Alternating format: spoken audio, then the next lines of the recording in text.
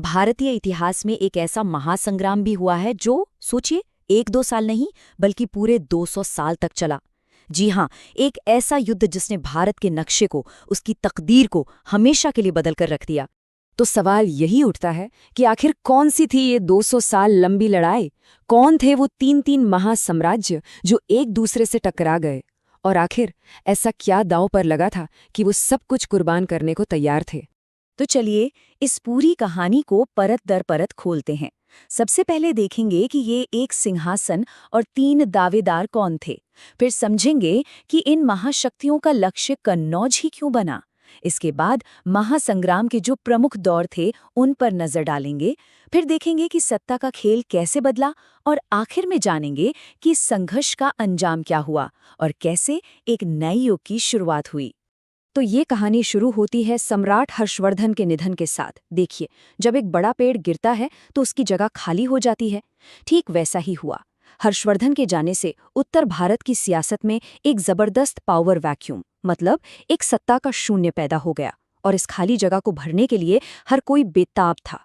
इतिहास में इस जबरदस्त टकराव को एक नाम दिया गया है, त्रिपक्षीय संघर्ष, मतलब 3 साइडेड कॉन्फ्लिक्ट। ये 8वीं से 10वीं शताब्दी के बीच, यानी लगभग 200 सालों तक भारत की 3 सुपर पावर्स के बीच चला एक लंबा, बहुत लंबा महायुद्ध था। तो आखिर इस पूरे महासंग्राम का सेंटर पॉइंट कन्नौज ही क्यों था? और कौन थी वो 3 महाशक्तियां जो इस एक शहर के लिए आपस में भिड़ गईं? तो इस शतरंज की बिसात पर 3 बड़े खिलाड़ी थे। एक तरफ पश्चिम भारत में थे गुर्जर प्रतिहार, दूसरी तरफ पूर्वी भारत में थे पाल, और दक्षिण में दक्कन के पठार पर राज कर रहे थे राष्ट्रकूट। मतलब तीनों ही अपने अपने इलाकों के बेताज बादशाह थे। और ये तीनों लड़ रहे थे एक ही चीज के लिए, कन्नौज। पर क्यों? कन्नौज में ऐसा क्या था? देखिए, कन्नौज सिर्फ एक शहर नहीं था, वो एक प्रतीक था। ये महान सम्राट हर्षवर्धन की राजधानी थी, मतलब राजनीतिक शक्ति का केंद्र। ये उत्तर भारत के बिल्कुल बीच में था, एक स्ट्रेटेजिक लोकेशन। और सबसे बड़ी बात, ये गंगा यमुना के बेहद उपजाऊ दोआब इलाके को कंट्रोल करता था, जो उस वक्त का इकोनॉमिक पावर हाउस था। सीधी सी बात है, जिसने कन्नौज जीता वो पूरे उत्तर भारत का स्वामी बन गया। अच्छा, ये जो लड़ाई थी ना, ये कोई एक बार की घटना नहीं थी। ये तो कई दौर में लड़ी गई एक लंबी सीरीज थी।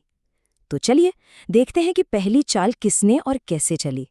तो राउंड 1, सबसे पहली बड़ी चाल चली प्रतिहार राजा वत्सराज ने, और उन्होंने कन्नौज पर कब्जा कर लिया। जीत का जश्न शुरू ही हुआ था कि कहानी में एक ट्विस्ट आ गया। दक्षिण से राष्ट्रकूट राजा ध्रुव एक तूफान की तरह आए और उन्होंने वत्सराज को बुरी तरह हराया। इतनी बुरी तरह कि वत्सराज को जान बचाकर रेगिस्तान में भागना पड़ा। अब यहाँ वो कहावत सच हो गई, 2 की लड़ाई में तीसरे का फायदा। जैसे ही प्रतिहार और राष्ट्रकूट आपस में भिड़े, पूर्व से पाल राजा धर्मपाल ने मौके पे चौका मार दिया। उन्होंने इस उथल-पुथल का फायदा उठाया, कन्नौज पर कब्जा किया और वहां अपना एक कठपुतली शासक बिठा दिया। और पता है सबसे मजेदार बात क्या है? इस जीत के बाद धर्मपाल ने खुद को एक टाइटल दिया, उत्तरापद स्वामिन, मतलब लॉर्ड ऑफ द नॉर्थ। इससे आप अंदाजा लगा सकते हैं कि कन्नौज को जीतना कितनी बड़ी बात थी। ये एक तरह का अल्टीमेट स्टेटस सिंबल था। लेकिन खेल अभी बाकी था। प्रतिहारों ने जबरदस्त कमबैक किया। राजा नागभट्ट द्वितीय ने पालों को खदेड़कर कन्नौज वापस छीन लिया। पर इतिहास ने खुद को फिर दोहराया। दक्षिण से एक और राष्ट्रकूट पावर हाउस राजा गोविंद तृतीय आए और उन्होंने नागभट्ट को भी हरा दिया। मतलब ये तो म्यूजिकल चेयर जैसा हो गया था। सत्ता एक हाथ से दूसरे हाथ में जा रही थी। और करीब करीब 100 साल तक यही चलता रहा। कभी पालों का पलड़ा भारी तो कभी राष्ट्रकूटों का।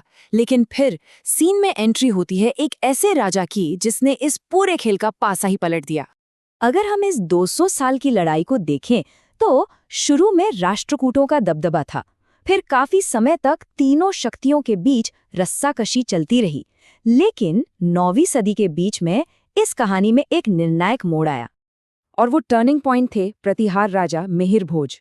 इन्हें अपने वंश का सबसे महान, सबसे ताकतवर शासक माना जाता है। मिहिर भोज ने सिर्फ कन्नौज पर लंबे समय के लिए कब्जा ही नहीं किया, बल्कि उन्होंने पाल और राष्ट्रकूट दोनों को हराया और प्रतिहार साम्राज्य को उसके शिखर पर पहुंचा दिया।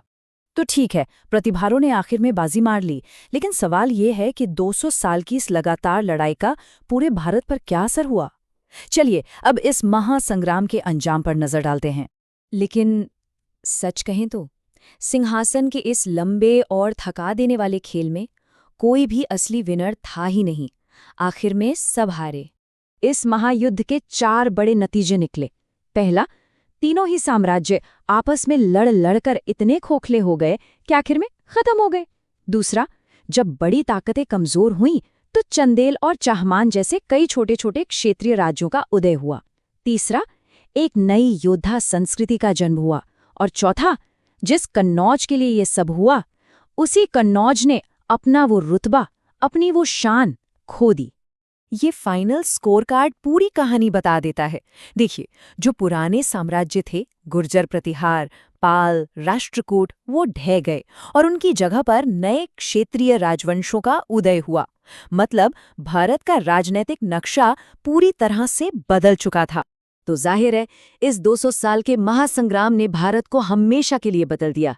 लेकिन एक बहुत बड़ा सवाल पीछे छूट गया।